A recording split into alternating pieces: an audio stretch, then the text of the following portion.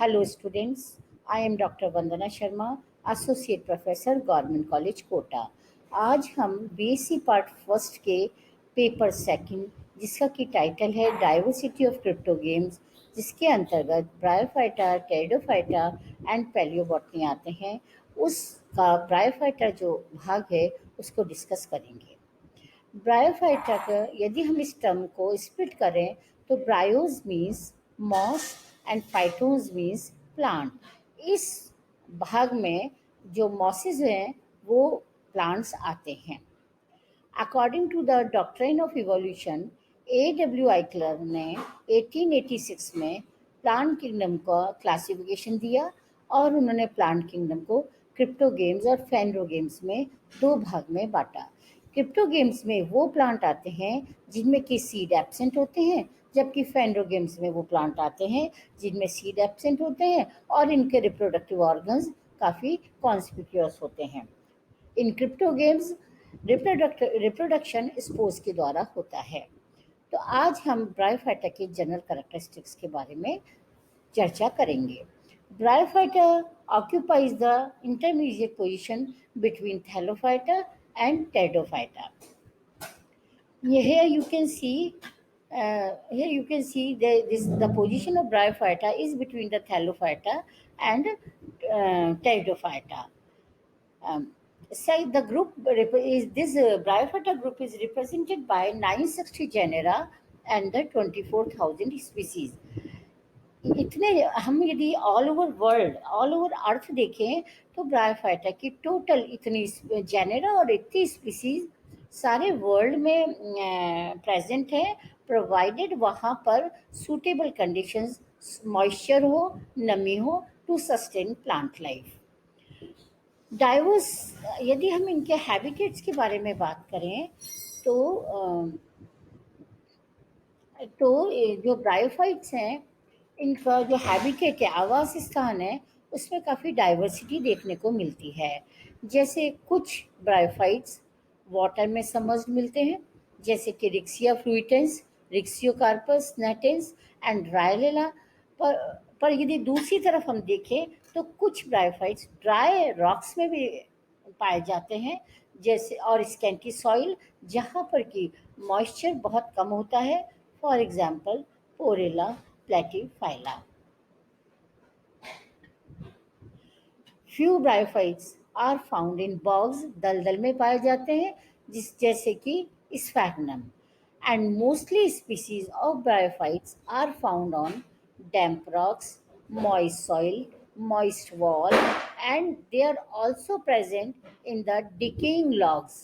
मतलब जो लकड़ी, जो ट्रीज के स्टेम डिके होना शुरू हो जाते हैं फॉरेस्ट में, उनमें भी कई ब्रायोफाइट्स देखे गए हैं। ब्रायोफाइट्स का जो सबसे इम्पॉर्टेंट करेक्टर है वो है कि they require water for fertilization, so they are called plant amphibians. They require water because जो एंथेरोजॉइड होते हैं वो वेंटर में प्रेजेंट जो एग होता है उससे कंबाइन करने के लिए they are biflagellated, so they move and they go inside the neck and reaches to egg, so they require water for this process. Mosses जो होते हैं, जो कि ब्रायोफाइटा की थर्ड क्लास है, they grow as epiphytes on the stem of rainforest tree। Epiphyte का मतलब होता है वो प्लांट्स जो दूसरे प्लांट पर उगते हैं या ग्रो होते हैं। तो जो मॉसेस हैं, जिसका कि एग्जाम्पल है all species of Dendroceros, they grow as epiphyte on the stem of rain forest trees. Mostly bryophytes are autotroph. They are independent for as far as nutrition is concerned, but few bryophytes are saprophytic also, like they depend on dead organic matters for their nutrition. For example, Buxbaumia minacate, Buxbaumia phyla, and Buxbaumia cryptothallus. Now we'll discuss the distribution। यदि हम India में bryophytes की distribution की बात करें तो they are confined to northern Himalayas, southern Himalayas, and the Nilgiri hills. As we all know, वहाँ पर रेनफॉल भी ज़्यादा होता है, तो मॉइस्ट और मॉइस्ट कंडीशंस होती है, नमी बनी रहती है, जो कि एक ब्रायोफाइट्स के लिए एक suitable atmosphere environment conditions provide करता है। ज़्यादातर ब्रायोफाइट्स को सी लेवल से 18,000 टू 20,000 फीट हाइट तक, फीट अबव, ऑब्जर्व किया गया है।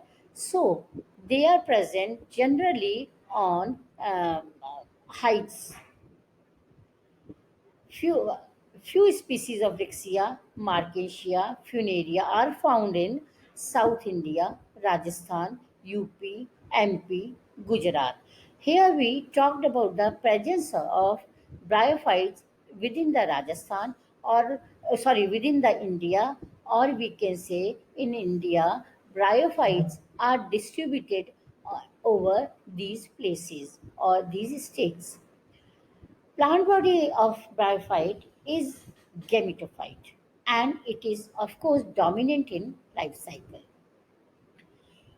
ब्रायोफाइट्स की जो लाइफ साइकिल है, उसमें जो मेजर पार्ट है वो गैमेटोफिटिक जनरेशन का है। ब्रायोफाइट्स की यदि साइज की बात करें तो they are found from few centimeter to 70 centimeter in length. For example, Dawsonia species. Now we are switching over to general character of bryophytes. In bryophytes, as I told you earlier, there are two phases in life cycle: gametophytic and the sporophytic phases. They are present in the life cycle, but they are morphologically distinct. That means that is heteromorphic, or both these phases, gametophytic and the saprophytic, they are externally in different structure और morphologically distinct, अलग अलग होती हैं। Second, gametophytic phase, this phase is more conspicuous. Conspicuous का मतलब काफ़ी सुस्पष्ट होती है। इट इज़ लॉन्ग लिव्ड, काफ़ी लंबे समय तक ये फेज रहती है। This is independent as far as nutrition is concerned, as they are green, so they can synthesize their own food and freely branched. Sporophytic phase जो होती है, दैट इज शॉर्ट लिव्ड, बहुत कम समय के लिए ये लाइफ साइकिल में ये फेज आती है। They are completely depend upon the gametophyte, ये गैमेटोफाइट पर ही डिपेंडेंट होती है, निर्भर होती है। Gametophyte of primitive form of Bryophyta are prostrate and thalloid like Rixia and Marchantia. जब हम क्लासिफिकेशन को डिटेल में स्टडी करेंगे तो हम देखेंगे कि ब्रायोफाइटा को 3 क्लास में बांटा गया है: हिपेटोकॉप्सिडा, एंथोसिरोटॉप्सिडा एंड ब्रायोप्सिडा। यहाँ पर सबसे प्रिमिटिव ब्रायोफाइटा को हिपेटोकॉप्सिडा में रखा गया है। हिपेटोकॉप्सिडा बिकॉज इन ब्रायोफाइट्स का जो प्लांट बॉडी होती है वो लीवर के आकार की, लीवर की शेप की होती है। So they have been kept in Hepaticopsida like Rixia, Marchantia. So they are also primitive because their plant body is thalloid, leafy, not divided into axis and the rhizoids. So they can be called the primitive bryophyte. So here we were talking about the structure of thalloid which is prostrate in। यदि हम Riccia और मार्केंसिया के thallus की बात करेंगे तो इनका जो थैलस होता है वो prostrate होता है और थैलॉइड होता है। आप लोग जब प्रैक्टिकल परफॉर्म करेंगे तब आपको देखने को मिलेगा कि इनका जो रिक्सिया का थैलस होता है वो रोजेट शेप में होता है, मार्केंशिया का थैलस होता है वो भी डाइकोटोमसली ब्रांच्ड होता है पर होता लीफी है, थैलॉइड होता है। It is not divided into rhizoid and the axis. Then in bryophytes, rhizoids are present, but true roots are absent. The function of rhizoid is the absorption and the anchorage. Anchorage का मतलब होता है वो substratum से plant को चिपकाने का या सपोर्ट प्रदान करने का काम करते हैं। And absorption is the water absorption. These rhizoids जो होते हैं ये जनरली फिलामेंटस होते हैं, जो कि एब्जॉर्प्शन का काम करते हैं। Rhizoids are unicellular and unbranched in Hepaticopsida and Anthocerotopsida and the multicellular in Bryopsida. जैसा कि मैंने अभी बताया था कि there are three classes, Hepaticopsida, Anthocerotopsida and the Bryopsida. तो फर्स्ट टू क्लासेस में तो जो राइजोइड्स होते हैं वो यूनिसेलुलर होते हैं, अनब्रांच्ड होते हैं, बट थर्ड जो ब्रायोप्सिडा है इसमें they are multicellular and branched. Next scales, इसके इन मेंबर्स ऑफ मार्केंशियल्स, मार्केंशियल्स के जो मेंबर आपके कोर्स में हैं वो रिक्सिया है एवं मार्केंशिया है। इनमें multi cellular scales are present in addition to rhizoids. Rhizoids के साथ जो है स्केल्स भी प्रेजेंट रहते हैं जो कि ग्रोइंग रीजन को, थैलस पर जो ग्रोइंग रीजन होता है उसको प्रोटेक्ट किए रहते हैं and they also help in absorption of water as rhizoid does, rhizoids do.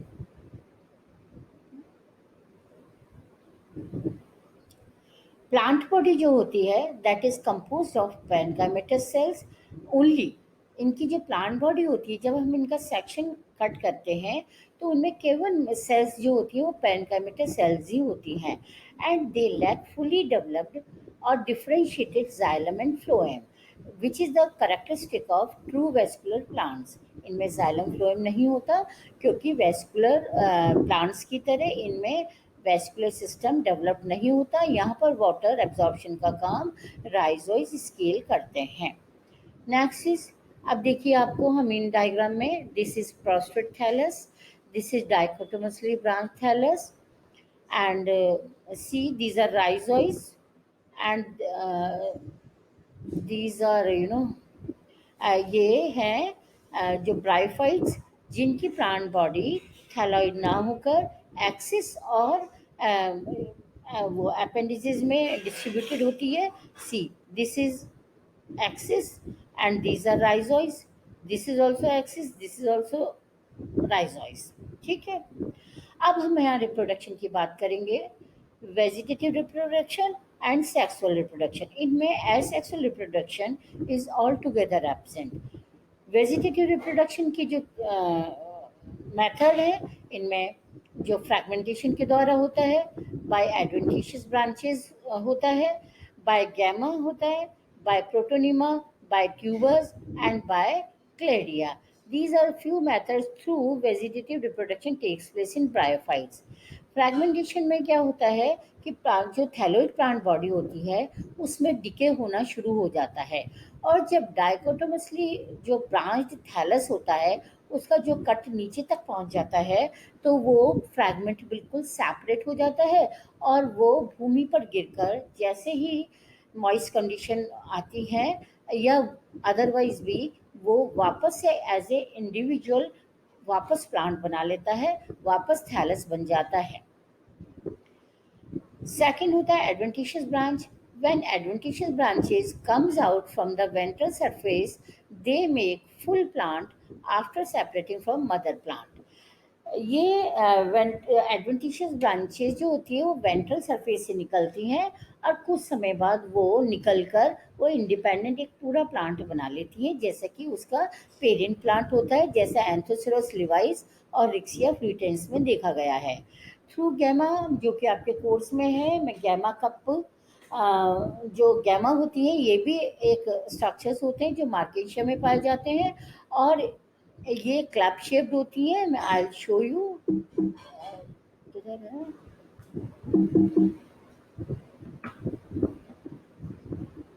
Ji, these are gamma, see these are tubers, tubers are the round structures, they are also responsible for the vegetative reproduction। these are gamma, ये मार्केशिया के thallus में पाए जाते हैं और जब ये mature हो जाते हैं तो ये जमीन पर गिरकर अंकुरित होकर पूरा एक थैलस का निर्माण कर लेते हैं। They are present in a cup like structure over the thallus, this is called gemma cup and these are gamma.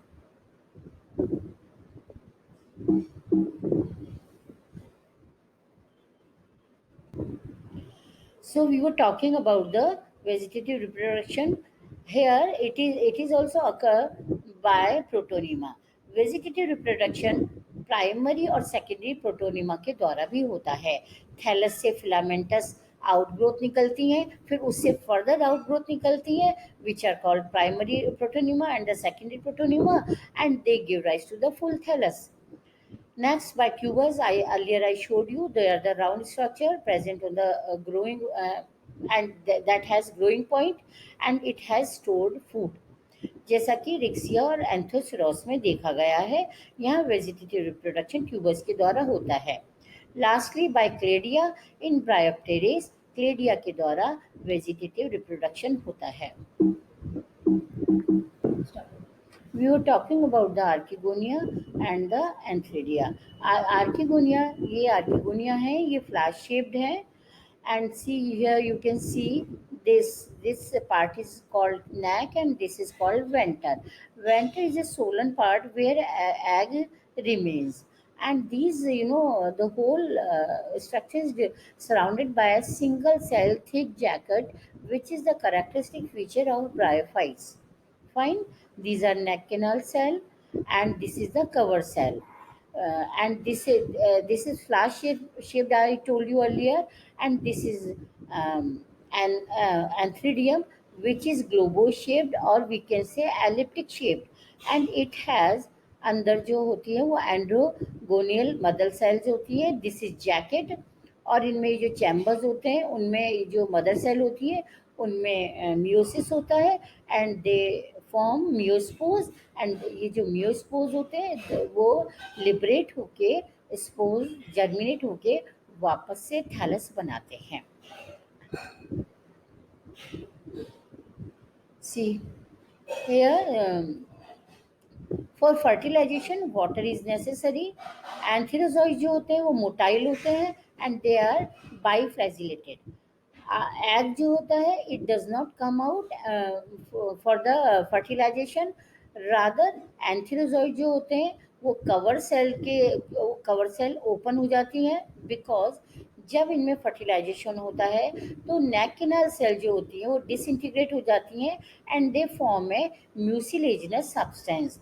वो म्यूसिलेजिनस सब्सटेंस जो होता है वो वाटर को एब्जॉर्ब करके वो पोर्श कैप्सूल जो होती है वो सोलन हो जाती है, और वहाँ पे एक ओपनिंग क्रिएट हो जाती है.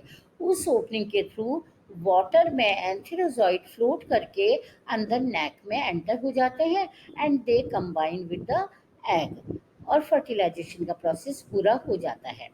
But after fertilisation zygote does not stay in the resting stage. यहाँ पर कोई विश्राम अवस्था नहीं आती है, कोई रेस्टिंग स्टेज नहीं आती है. एक्सोस्कोपिक वो विश्राम अवस्था नहीं आती है, और इसमें डिवीज़न शुरू हो जाता है. सबसे पहले ट्रांसफर डिवीज़न होता है, और उसके बाद सब्सिक्वेंट डिवीजन्स हो जाते हैं, और स्पोरोफाइट का निर्माण होता है. यहाँ पर एक्सोस्कोपिक एम्ब्रियो डेवलपमेंट होता है, और जो स्पोरोफाइट होता है वो राउंड भी होता है और फूड सीटा कैप्सूल में भी डिवाइडेड रहता है. Here you can see this is the sporophyte, it is the capsule, this portion is seta and this portion is foot. Foot जो होता है वो स्पोरोफाइट को सबस्ट्रेटम से एंकर करने में हेल्प करता है. किसी किसी स्पीसीज में सीटा is very much elongated, and capsule, this portion is capsule which has elaters also. Elaters help in dispersal of spores. देखो यहाँ पर ये फुट है, यहाँ पे भी ये सीटा है. In Riccia sporophyte is totally round shape, because वहाँ पे फुट और सीटा एब्सेंट होते हैं. These are the spore tetrads which after germination give rise to full thallus. देखिए, this is calyptra and these are the degenerating capsule wall, जो कि जब इनका डिस्पर्सल होना होता है ये कैप्सूल वॉल डीजनरेट हो जाती हैं, और स्पोर्स पूरी तरह से लिबरेट हो जाते हैं, एंड इस लिबरेशन में इलेटर्स का they help.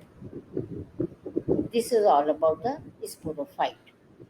So in bryophytes, we, as I talked about alternation of generation, यहाँ पर हेटेरोमॉर्फिक टाइप का ऑल्टरनेशन ऑफ जनरेशन पाया जाता है. Gametophytic phase, then the sporophytic phase. This sporophytic phase is short lived, then again the gametophytic phase starts. So this is all about for today. We'll continue